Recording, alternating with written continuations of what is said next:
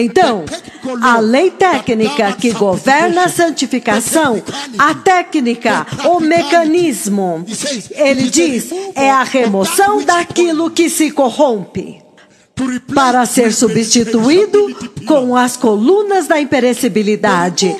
A remoção daquilo que morre, para substituir com imortalidade. A remoção daquilo que é corrompido, que corrompe, e ser substituído com incorruptibilidade. Ele diz que esta é a estrutura principal. Na verdade, você pode dizer o plano mestre do processo de santificação. Fora disto, você está falando de um outro processo. Cada lei foi governada e projetada em torno desta. Esta é a lei que governa. A remoção do terreno, do mundano, do maligno, do perverso e o estabelecimento do eterno. Porque ele começa dizendo, eu vos digo, irmãos e irmãs, carne e sangue não vão entrar, significando que ele está focando na entrada. Aleluia! O alvo é a entrada. Ele diz, Hebreus capítulo 13, nós estamos examinando agora a lei fundamental e agora nós estamos entrando na mecânica, certo? Hebreus 13, do 11 ao 13, ele diz, o sumo sacerdote leva o sangue de animais até o lugar santíssimo como oferta pelo pecado, mas os corpos dos animais são queimados fora do acampamento. Assim Jesus também sofreu fora das portas da cidade para santificar o povo por meio do seu próprio sangue. Entendem? Agora vocês estão começando a entender a lei fundamental que governa a santificação. Ele agora está falando a respeito do sangue. Ele agora está chegando mais perto do sangue. Aleluia. 11. O sumo sacerdote leva o sangue de animais até o lugar santíssimo como oferta pelo pecado, mas os corpos dos animais são queimados fora do acampamento. 12. Assim Jesus também sofreu fora das portas da cidade para santificar o povo pelo seu próprio sangue. Portanto, saiamos até ele fora do acampamento, suportando a desonra que ele suportou. E ele diz, pois não temos aqui nenhuma cidade permanente, mas buscamos a cidade que há de vir, a cidade eterna. E você pode continuar lendo, mas ele agora está introduzindo o sangue de Jesus. Ele está introduzindo o fato de que Jesus morreu fora para santificar a igreja. Então, ele agora trouxe em Jesus a lei fundamental que governa a santificação. Nós vamos começar com Êxodo 19 primeiro, Êxodo 19, 18, ele diz, o monte Sinai estava coberto de fumaça, porque o Senhor tinha descido sobre ele em chamas de fogo. Dele subia fumaça como fumaça de uma fornalha. E todo o monte tremia violentamente. A lei fundamental que governa a santificação, a lei principal que governa a santificação, jamais pode funcionar sem enfatizar o terror de Deus. Então, rendam as suas almas e as suas mentes para o fato de que a santificação é obrigatória, ao mesmo tempo em que vocês sabem que é a purificação de pecados, mas lembre-se para onde vocês estão indo. E então agora, o livro de Salmos 104, e então depois o Apocalipse. Salmo 104, versículo 32. Ele olha para a terra e ela treme. Ele toca os montes e eles fumegam. A lei fundamental que governa a santificação. Ela exige que você entenda o terror de Deus. Que se ele apresenta uma santificação, uma avenida para a santificação, você agarra como um privilégio, uma misericórdia imerecida. Caso contrário, aproximar-se de Deus é inacreditável. Vocês ouviram? Isto faz parte na lei fundamental que governa a santificação. Então agora Apocalipse 22, de 1 a 5. Ele agora introduz o alvo final da santificação, o objetivo final. O objetivo. Aleluia. Apocalipse 22, de 1 a 5. Então o anjo me mostrou o rio da água da vida, que claro como cristal, fluía do trono de Deus e do Cordeiro, no meio da rua principal da grande cidade. Então há uma rua principal, a rua principal daquela cidade, certo? De cada lado do rio estava a árvore da vida, dando 12 frutos, um fruto a cada mês. Agora vocês veem que porque o tempo terá terminado, então o tempo vai ser calibrado de acordo com a árvore da vida. Então ela terá uma demarcação de 12, a cada mês 12. Eu já vi 3 frutos, que aquela fruta produz 3 frutos, e eles são frutos diferentes. Mas ele está dizendo aqui que o ápice da santificação é este, que a lei fundamental que governa a santificação não vai falhar em revelar o terror de Deus. Número 2, não vai falhar em mencionar o alvo, o ápice, certo? E ele diz, e as folhas da árvore servem para a cura das nações, já não haverá maldição. O trono de Deus e do Cordeiro estará na cidade, e os seus servos o servirão.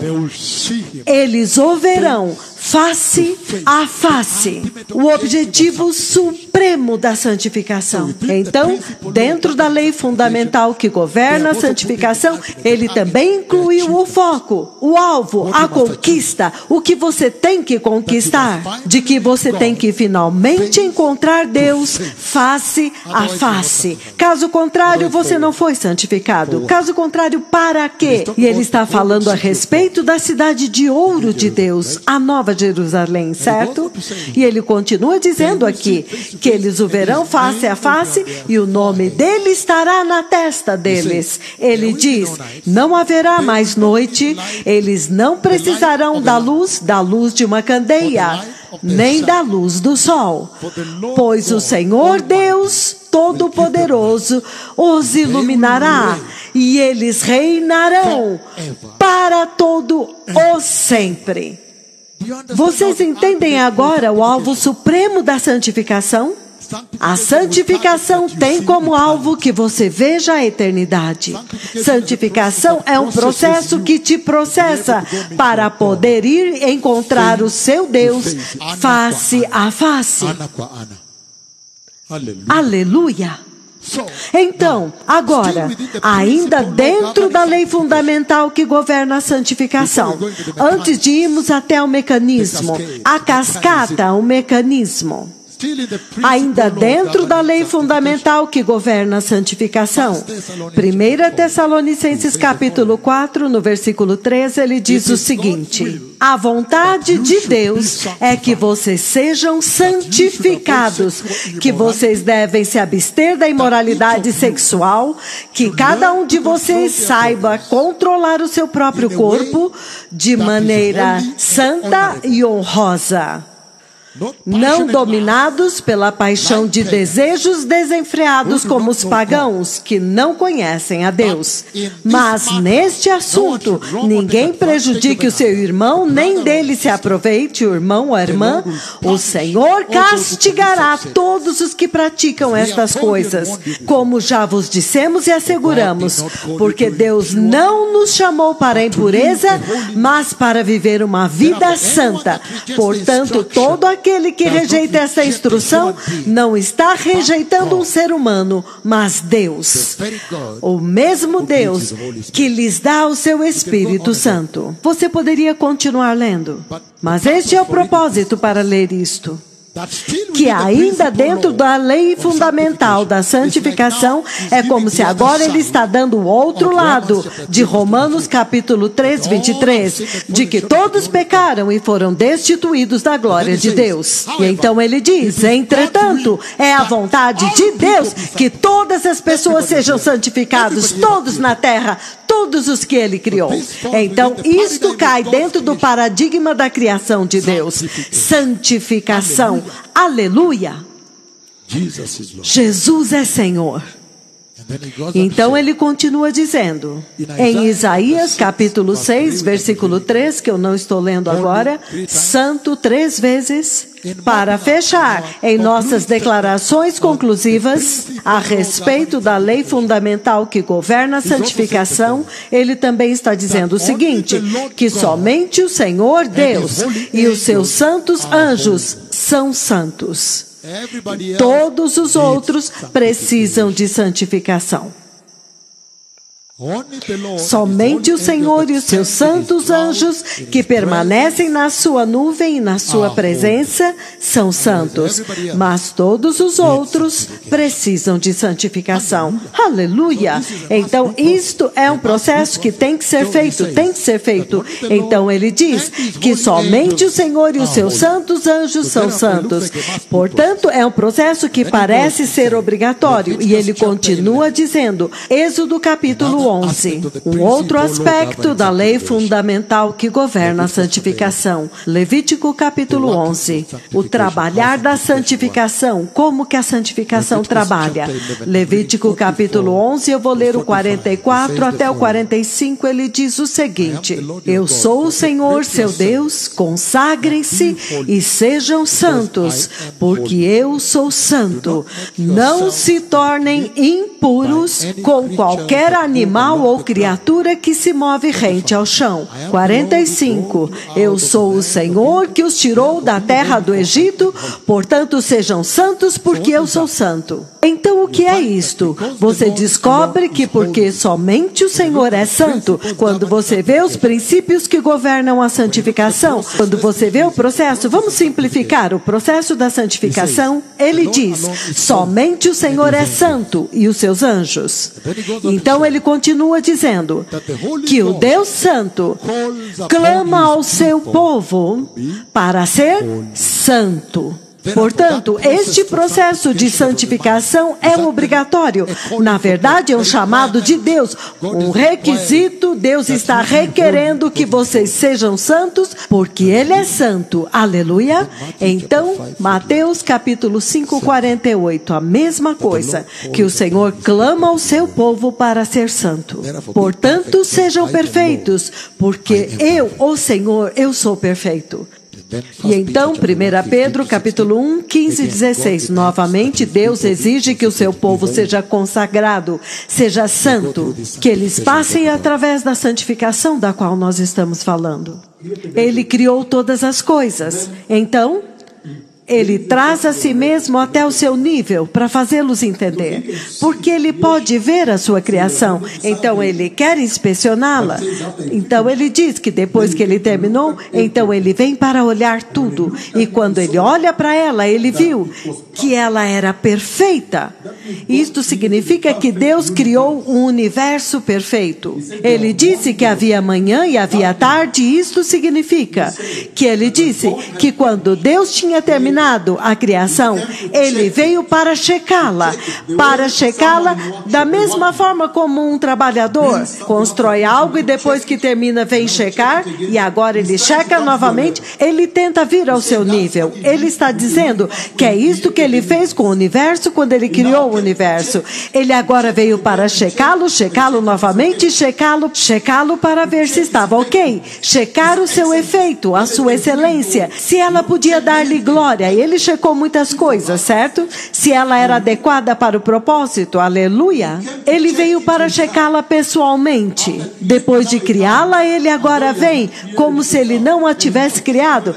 Ele agora está checando como se Ele pudesse cometer erros, certo? Se ela realmente está certa, excelente, efetiva, boa, perfeita, adequada para o propósito. Ele checou muitas coisas. Quando Ele estava checando os rebanhos, por exemplo, Ele deve ter checado, será que eles podem encontrar alimento? Alimento para eles também? Ele checou tantas coisas. E então Ele diz em Gênesis 1, 26 a 27, que Ele criou o homem na imagem e semelhança de Deus. Então, número 1, naquele processo de santificação, você vê que Deus criou o universo perfeito. Um perfeito universo. Você podia ver a intenção dele. Número 2, você vê que Ele criou um perfeito ser humano, um homem perfeito. E vocês e eu sabemos muito bem que se ele criou um homem perfeito, isto significa que ele era adequado para o propósito. Então o homem era adequado para o propósito, adequado. Isto também significa que a adoração dele era correta. Então, número 1, ele criou um universo perfeito, Gênesis 1:31. Número 2, ele criou um homem perfeito, uma humanidade. O ser humano era perfeito, porque ele o criou na imagem e semelhança de Deus. Isto foi perfeito. Em outras palavras, ele o adorava corretamente. Em outras palavras, eu estou descrevendo para vocês a condição santificada antes da queda. A condição santificada antes da queda. Então, ele o criou perfeito. Isto é Gênesis 1:26, 27, certo? Antes da queda. Eu quero começar de lá e então passar pela santificação. Eu quero começar de antes da queda, a condição santificada, e então eu vou chegar na queda, e então ver a correção pela santificação. Agora, excelente, perfeito. Olha isto agora. Se você olhar da forma como ele criou o universo, e então ele criou o homem, você descobre que ele colocou o homem bem no centro da criação.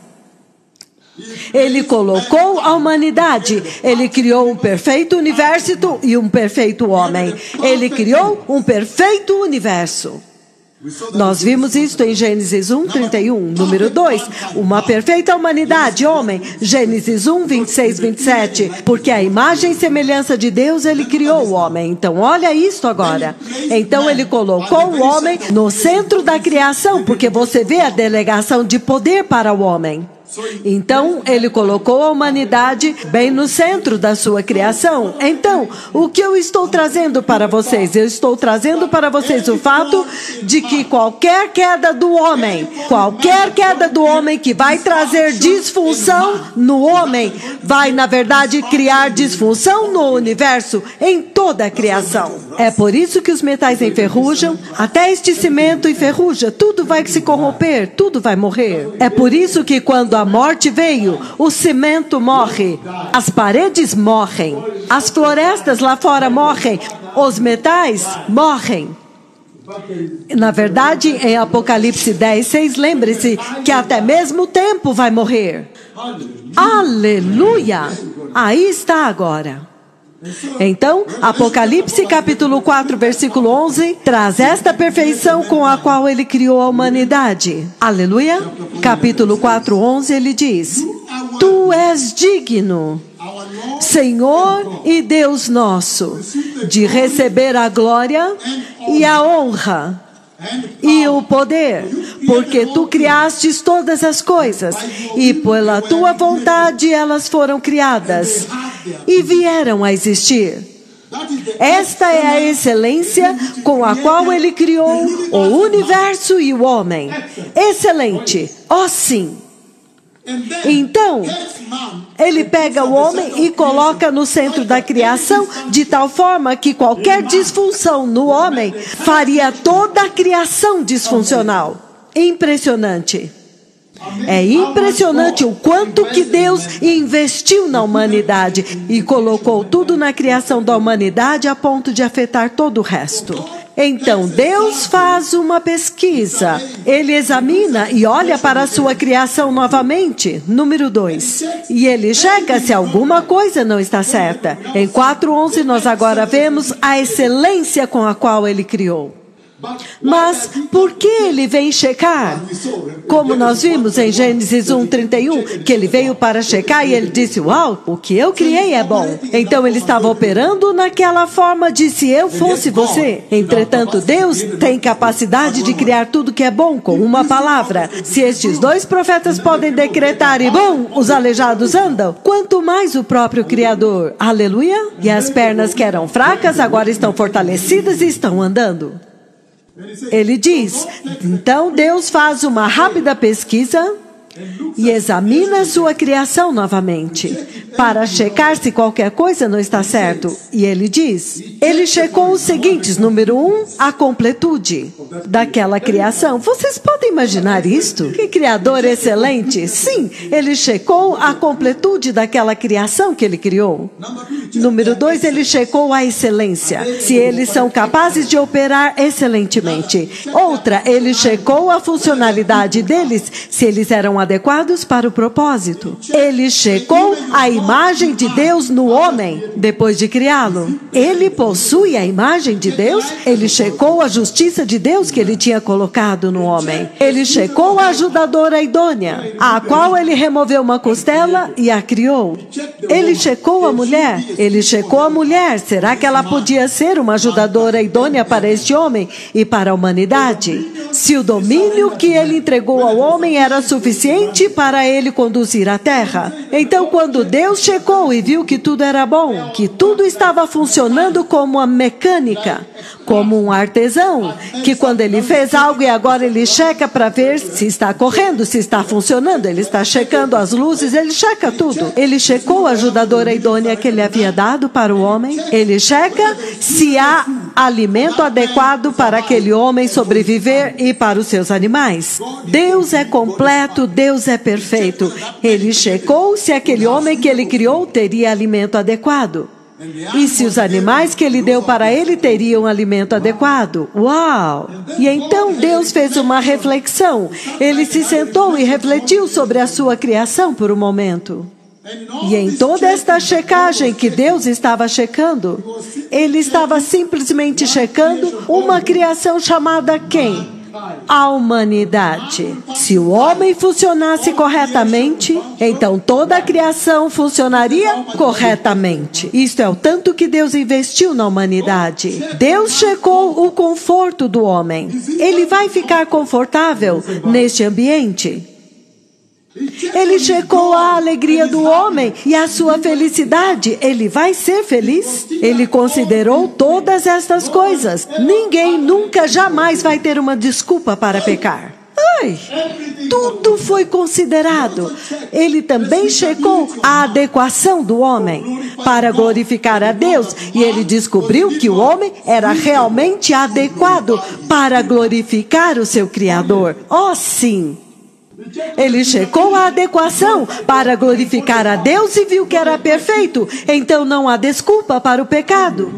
Aleluia! Efésios 4:4 ele diz: mas quando chegou a plenitude do tempo, Deus enviou o seu filho, nascido de mulher, nascido sob a lei, a fim de redimir os que estavam debaixo da lei.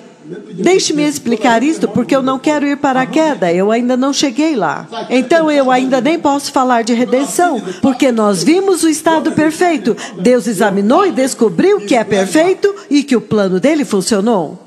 Eu não quero ir para a queda ainda, mas a razão pela qual eu estou trazendo isto é para enfatizar a perfeição com a qual ele criou o homem. De tal forma que quando a redenção veio, ele teve que trazer o Messias na forma e na imagem de um homem quando chegou o tempo para redimir agora. Então nós ainda não estamos na queda. Aleluia! João capítulo 1, versículo 14, vocês podem ler depois. E 1 João capítulo 4, 10. Tudo isto enfatiza a perfeição. O centro, como que ele colocou a humanidade no centro da criação. Até mesmo a redenção, quando ele veio na forma de um homem. Ele não veio na forma de uma montanha ou de qualquer outra criação. Ele veio como homem para redimir o universo. O homem com certeza estava no centro. Ele estava no centro da criação. Até mesmo o plano redentor teve que vir através dele. Aleluia! Agora ele diz o seguinte, que quando o homem caiu, ele criou uma séria disfunção em toda a criação de Deus. Quando a humanidade, o homem caiu, ele criou uma séria disfunção em toda a criação, significando o universo.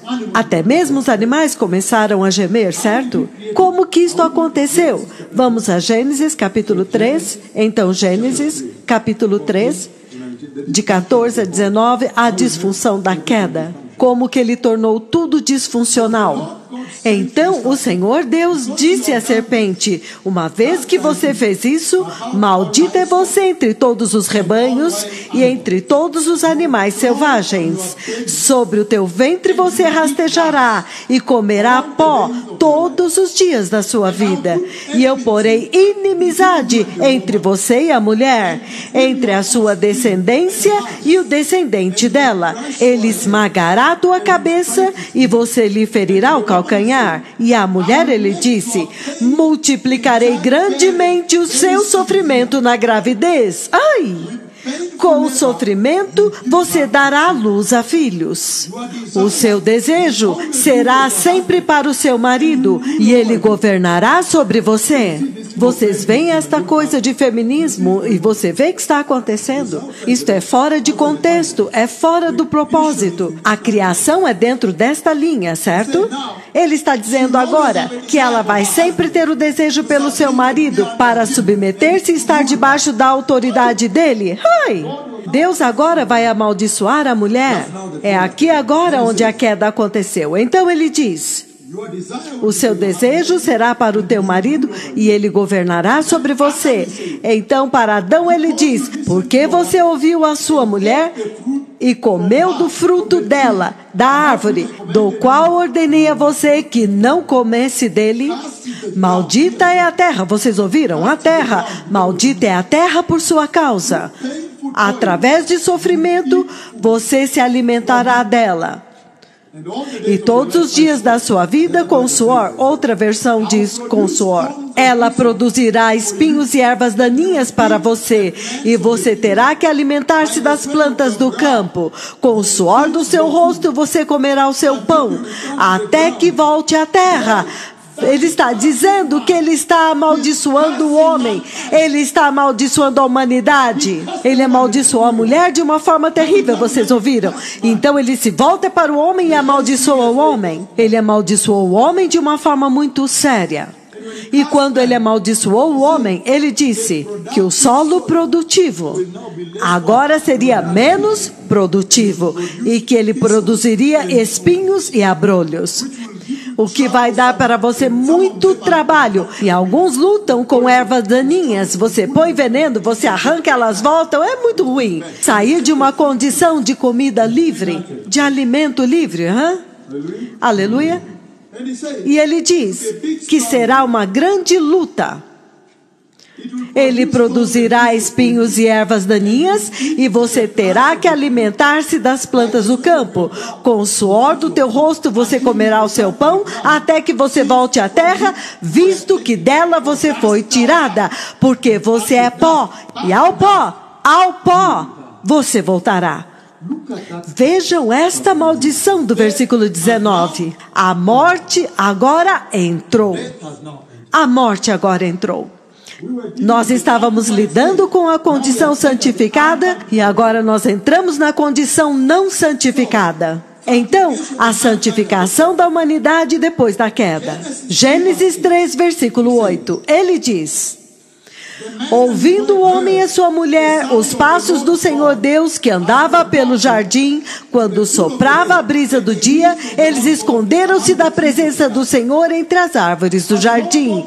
Mas o Senhor Deus chamou o homem: onde você está? E ele respondeu, ele disse, Adão respondeu: eu ouvi os seus passos no jardim e eu fiquei com medo. Porque eu estava nu, então eu fiz o quê? Eu me escondi. E por que eu estou trazendo isto para vocês? Porque agora eu quero caminhar lentamente com vocês através do processo da santificação. Depois da queda, eu trago isto à tona porque eu quero enfatizar uma coisa. Que a forma santificada, a forma não santificada e a forma santificada, o estado santificado da humanidade, no estado santificado, na forma santificada do homem, você vê excelência. Então veio a queda. Agora a forma não santificada. Voltando à forma santificada. Antes da queda, ele disse, o estado santificado da humanidade requer o seguinte: o homem andando com Deus. O homem andando com Deus. Então, a presença de Deus na vida do homem é o que deu a ele santificação. E é por isso que quando ele caiu e ele se tornou não santificado, a primeira coisa é: o pecado o separa de Deus, então ele vai e se esconde longe da presença de Deus. E isso se chama não santificado. Porque você vê quando ele cai, em Gênesis capítulo 3, e se nós formos ao 3:24, eles vão e fecham 2 querubins da glória, certo? Com espadas flamejantes, fecham a porta da presença de Deus. Então ele virtualmente não está santificado. Então é a presença de Deus andando com ele que essencialmente definia a sua condição santificada, o homem santificado. A ausência de Deus, o pecado separa o homem de Deus. Pela ausência de Deus, ele agora não é mais santificado. E se você for a Gênesis 5:21, você agora vê que o estado santificado requer a presença de Deus. O estado não santificado é quando a presença de Deus não está lá. E nós já vimos também que o pecado separa o homem de Deus. Alguém se lembra? Eloi, Eloi, lama sabachthani. Meu Deus, por que me abandonaste? Significando que a presença de Deus o deixou assim que ele assumiu o pecado. O pecado separa tudo de Deus. Então, santificado, andando com Deus. Mas agora, caído, disfuncional e separado. Então, eu quero andar com vocês agora até um período muito sensível para a santificação. Como que a santificação começou? Como que a santificação começou? Podemos começar no livro do Gênesis capítulo 12. Eu agora estou entrando nas profundezas da santificação. Gênesis 12, versículos de 1 a 3 são suficientes. Disse o Senhor a Abraão: saia da tua terra, do meio dos seus parentes e da casa do seu pai, e vá para a terra que eu lhe mostrarei. Versículo 2 de Gênesis 12. Eu farei de você uma grande nação, e eu o abençoarei. Tornarei famoso o seu nome, e você será uma bênção. Abençoarei os que te abençoarem, e amaldiçoarei os que te amaldiçoarem, e todos os povos da terra serão abençoados através de você. É daqui que eu quero começar. No processo, no esquema do plano de Deus, para a santificação da igreja, da humanidade, do universo, da criação. Ele diz... Ele encontra Abraão e ele fala com Abraão a respeito da santificação que ele está trazendo, que ele vai abençoar Abraão e santificar a humanidade e redimir. E ele começa dizendo que eu te abençoarei, farei de você uma grande nação. E ele está dizendo, através de você as nações e os povos serão abençoados. Quando ele quer santificar a terra, o universo, o sol e a lua, para que eles possam aplaudir e obedecê-lo e adorá-lo. A humanidade, a igreja. Ele já está falando a respeito da semente de Abraão. Quando ele quer santificar, ele fala a respeito da semente. Isto não é maravilhoso? Uma semente que viria. Como que Abraão sem um filho seria uma bênção para as nações? Ele está falando a respeito de um que viria da semente de Abraão e agora seria uma bênção para todas as nações, significando que por causa da queda ele traria santificação para a humanidade e para o universo. Todos os sóis e Júpiteres e as luas, planetas e galáxias. A nossa se chama Via Láctea, mas a Andrômeda, que está bem ao lado, é muito grande, com trilhões de galáxias e alguns maiores que os planetas. Ele quer santificar. Ai, quão enorme é o Messias! A semente de Abraão está vindo para santificar a humanidade. Ele está prometendo para Abraão que ele abençoará as nações, significando que a bênção do Senhor para as nações é a santificação de Deus para as nações. E então, de Gênesis 12, vamos para Gênesis 14. Então ele aparece. Aleluia! No versículo 17 ele aparece. Voltando Abraão da vitória sobre Quedorlaomer e sobre os reis que a ele se haviam aliado, o rei de Sodoma veio ao seu encontro no vale de Savé, isto é, o vale do rei. Então Melquisedeque, rei de Salém, trouxe pão e vinho e para santificar a linhagem da qual ele viria. O caminho através do qual a humanidade e o universo seriam santificados. Ai, ai, ai. Ele está dizendo santificação de todas as nações, porque ele disse que todas seriam abençoadas. Em um ponto ele diz que seriam como as estrelas. As estrelas são aqueles que ensinam a justiça. Ele está falando daqueles que vão entrar no céu quando ele prometeu para Abraão. Então ele está dizendo que todas as nações, ele seria o pai de todas as nações. Então ele fala daqueles que vão entrar. Então Gênesis 12, prometendo santificação como uma bênção para as nações que vem através dele, significando a semente de Abraão, o Messias. Em Gênesis 14 ele chega com o pão da santificação e o sangue. O pão e o vinho. Agora ele veio para santificar. Agora o processo de santificação vai começar a desenrolar. Melquisedeque chegou. Agora vocês querem saber por que Melquisedeque aparece? Primeiro, para santificar a linhagem da qual ele viria.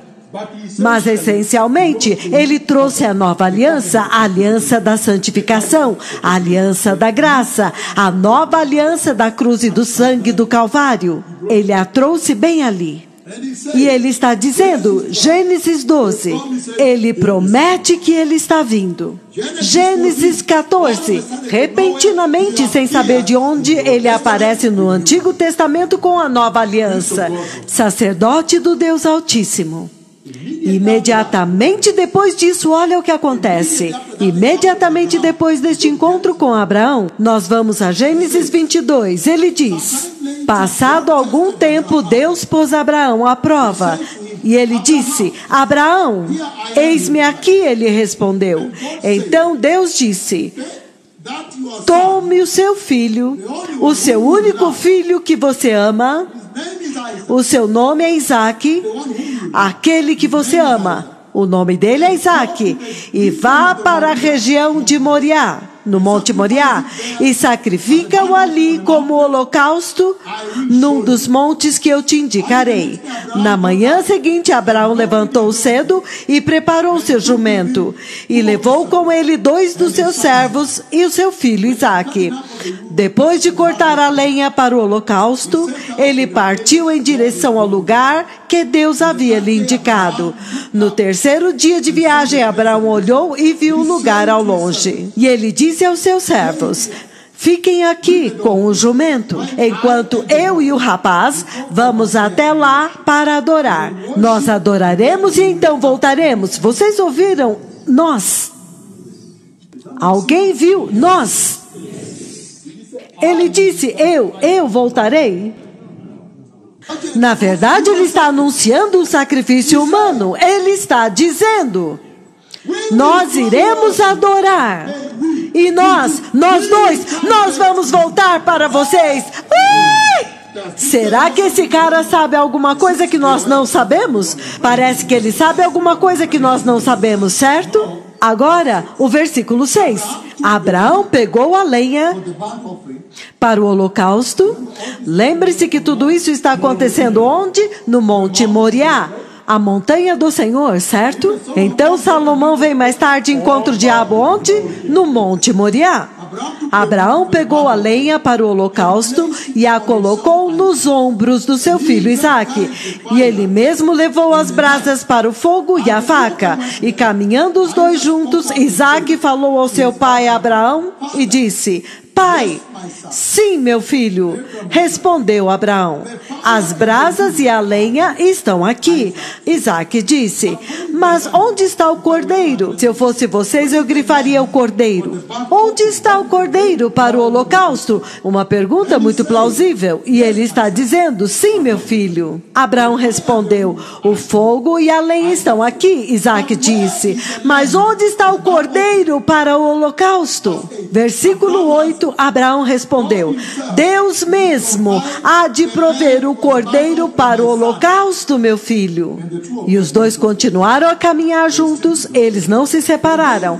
Quando eles chegaram ao lugar que Deus havia indicado, Abraão construiu um altar lá e sobre ele arrumou a lenha. Vocês podem imaginar com Isaque ao lado. Ele arrumou a lenha sobre o altar, ele amarrou o seu filho Isaque, significando de mãos e pés, e o colocou sobre o altar, sobre a lenha. Então ele estendeu a sua mão e pegou a faca para sacrificar o seu filho. Mas o anjo do Senhor o chamou do céu: Abraão, Abraão. Eis-me aqui, respondeu ele. Não toque no rapaz. Ele disse: Não faça nada com ele, por favor. Então ele disse: Não faça nada com ele. Deus foi muito claro, vocês viram? Agora eu sei que você teme a Deus, porque você não negou o seu filho, o seu único filho, a quem você faz o quê? A quem você ama. Abraão ergueu os olhos, e lá em um arbusto, ele viu um carneiro preso pelos chifres. Ele foi lá, pegou o carneiro e sacrificou-o como holocausto em lugar do seu filho. Então Abraão chamou aquele lugar: O Senhor proverá. É por isso que até hoje se diz que no monte do Senhor se proverá. E o anjo do Senhor chamou do céu uma segunda vez e disse: Eu juro por mim mesmo, declara o Senhor, que porque você fez uma coisa como esta que você fez, não me negando seu filho, seu único filho a quem você ama, de mim, eu certamente te abençoarei. Ele repete: te abençoarei e farei os seus descendentes tão numerosos como as estrelas do céu e como a areia das praias do mar. É daqui que eu quero operar. É daqui que eu quero começar sobre este processo de santificação. Então agora, Abraão está trazendo seu filho para sacrificar, certo? Versículo 8. O filho pergunta e ele diz: Deus mesmo. Ele não vai enviar ninguém. Deus mesmo vai prover o cordeiro para o sacrifício. E que cordeiro? Quando ele chega aqui e ele deve sacrificar, olha, ele olha para cima. O Senhor o chama e diz: não toque. Ele está amarrado, mas ele olha para cima e ele vê um carneiro e não um cordeiro. Um carneiro preso pelos seus chifres dentro do arbusto. Preso, olhando assim. Preso pelos seus chifres, dentro do arbusto de espinhos. Até para entrar lá foi difícil, porque os chifres estavam presos lá dentro. Ele estava preso lá. Ele trouxe o filho e o deitou sobre o altar e estava prestes a matá-lo. Deus fala do céu: não o toque. E quando ele olha para cima, você já havia imaginado por que ele olha para cima? Então ele viu um carneiro preso dentro do espinheiro. Pelos chifres, ele não pode sair. Mas antes de tudo, por que carneiro? Por que carneiro e não cordeiro? Por causa de João capítulo 1, 29. Isto é o que ele diz a respeito do Messias. No dia seguinte, João viu Jesus vindo em direção a ele e ele disse: vejam, é o Cordeiro de Deus que tira o pecado do mundo. E então João capítulo 8, 58. Em verdade vos afirmo, respondeu Jesus, Antes de Abraão nascer, eu sou. O seu pai Abraão regozijou-se ao ver o meu dia. Ele o viu e alegrou-se. O que Abraão viu a caminho desta montanha? Por que ele deu a profecia número 1, dizendo, nós vamos voltar? Por quê? Porque Abraão disse, vocês esperam aqui, enquanto nós vamos lá em cima com o menino. Nós vamos adorar e nós vamos voltar. O que foi que Abraão viu? Por que Abraão demonstrou aquela confiança de que eles iriam voltar? No livro de Hebreus 11, em algum lugar, ele diz que Abraão viu que o Senhor que ele adorava tinha poder para ressuscitar. O que foi que Abraão viu? E então o próprio Jesus disse, naquele dia ele viu o meu dia e regozijou-se. Porque ele deu a profecia de que o próprio Deus daria, produziria, proveria o cordeiro. Cordeiro. E por que que o carneiro é produzido? Por quê? Abraão já tinha visto a crucificação do Messias. Então, Abraão viu. Ele viu a crucificação de Jesus. E ele viu que o Pai havia ressuscitado Jesus. Abraão. Ele viu o dia em que Jesus foi crucificado. E o Senhor havia produzido um carneiro. Porque o cordeiro estava vindo. Caso contrário, aquela profecia teria se cumprido lá. Teria encerrado ali. Vocês têm que entender isso. A profecia teria se cumprido lá. O cordeiro de Deus ainda estava vindo.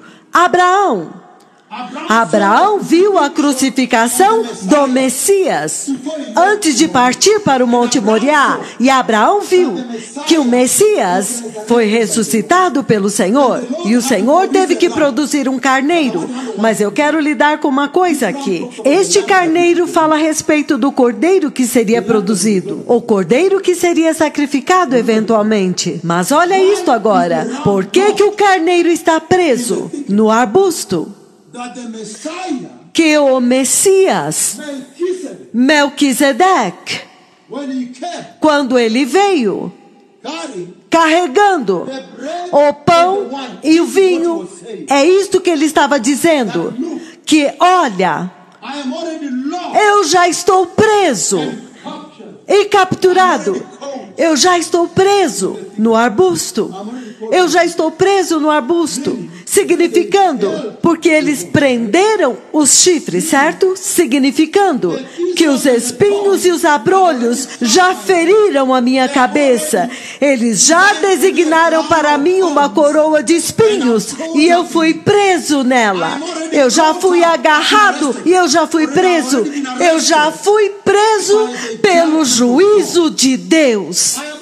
Eu já fui preso na maldição. Os abrolhos juntos lá. A maldição de Deus já me aprisionou. Eu estou pronto para o sacrifício. E quando eu disse que Isaac não reclamou, e entretanto, agora veio um outro cordeiro. Um cordeiro, sem dizer uma palavra, ele é amarrado e foi para o sacrifício. O Messias, diante dos seus algozes e assassinos. Gênesis 3:11. A lei e o julgamento de Deus já o haviam capturado. Gênesis 3:11, ele sacrifica um animal e ele derrama sangue. Então ele cobre a nudez do homem. Gênesis 3:11 é de onde nós vamos começar esta santificação, a raiz da santificação. E vocês viram a profecia de Abraão, certo? Então agora nós vamos a Isaías 53, versículo 7. Ele foi oprimido e afligido, contudo ele não abriu a boca. Eu disse, Isaac não disse uma palavra lá, para simbolizar que o Senhor traz seu próprio cordeiro. Mas ele trouxe um carneiro, porque senão a profecia teria se cumprido lá. E entretanto, há toda uma cascata que deveria vir, a encarnação e tudo mais, certo? Desde Belém até todo o caminho até a cruz e o Getsemane. Então agora, Ele está preso. Então a profecia de Abraão que nós vimos, ele diz, preso no arbusto. Gênesis 22, 13. Zacarias 13, 6. Estamos juntos? Ele diz, se alguém perguntar, o que são estas feridas no seu corpo? Então ele vai responder, estas feridas me foram feitas na casa dos meus amigos. Os chifres estão presos no arbusto. Quando ele veio com pão e vinho, ele já estava dizendo, eu já estou preso. Eu já fui agarrado, já fui preso pelo juízo de Deus. Ele já sabia que o aterrorizante terror da ira de Deus já o havia consumido. Quando ele apresentou o pão e o vinho, os seus chifres já estavam presos, enroscados, presos no arbusto. A maldição do homem já estava sobre ele. Ele diz, então os chifres estão presos lá. Posso ler agora? Ele diz, Marcos 15, 16, os soldados levaram Jesus para dentro do palácio, isto é, ao pretório, e reuniram toda a tropa de soldados. Então, primeiro de tudo, eles finalmente vieram e o prenderam. Isto deveria te fazer chorar para sempre até hoje. Vocês podem imaginar quando ele finalmente é preso e os soldados fazem o que quiserem com ele? Aquele momento me impactou. Eu sei que o Senhor me mostrou a cruz, como ele sofreu na cruz e o Senhor me levou lá embaixo novamente. Eu já fui lá embaixo. Estes dois têm mais informações do que vocês a respeito de tudo, até mesmo lá embaixo. Até mesmo o leopardo que veio deste lado e os dois estavam lá, um aqui, outro ali, os dois profetas. Nós pensamos que o leopardo iria atacar, mas ele foi embora. O leopardo lá embaixo agora. Então a glória veio e golpeou. Pá! E então, pá! E então ele subiu com a glória, vocês entendem, na sua ressurreição? E então, vocês sabem, e nós saímos. A prisão de Jesus. Como você prende o Senhor? Como? Como você prende o Senhor? Vocês entendem o que ele quis dizer quando ele disse que os chifres dele estavam presos no arbusto? Na maldição, ele está preso. E eles o levaram todo o caminho. Eles o trazem aqui, e olha isto. Os chifres estão presos no arbusto. Isto é o que ele diz. Vestiram-no com um manto de púrpura, depois fizeram uma coroa de espinhos e a colocaram nele. Vocês entendem por que os chifres estão presos no arbusto? E eles começaram a saudá-lo. Ei, para zombar do Senhor, Rei dos Judeus. E eles começaram a bater na cabeça dele com uma vara. Vocês podem imaginar que eles o batiam na cabeça dele com uma vara? E cuspiam nele. Vocês podem imaginar? E ajoelhando-se, e prestavam-lhe adoração em zombaria. E depois de terem zombado dele, eles tiraram o manto de púrpura e vestiram-no com as suas próprias roupas. Eles simplesmente tentaram humilhar o meu Senhor, certo? Então o Senhor sofreu espancamento generalizado, toda sorte de maus tratos, vocês entendem? E eles o levaram para fora para ser crucificado. Um certo homem de Cirene, Simão, o pai de Alexandre e de Rufo, passava por ali, chegando do campo. E eles o forçaram a carregar a cruz. Eles levaram Jesus ao lugar chamado Gólgota, que quer dizer o lugar da caveira. Então, lhe deram vinho misturado com mirra, uma bebida entorpecente, ok? Mas ele não bebeu. E eles o crucificaram e, dividindo as suas roupas, novamente eles pegaram as roupas. Então, sabem o nível de humilhação, entendem? Você teria que ser muito doente para cair em pecado sexual como pastor, depois que o Senhor passou por tudo isso. Você teria que ser muito doente para cair em pecado.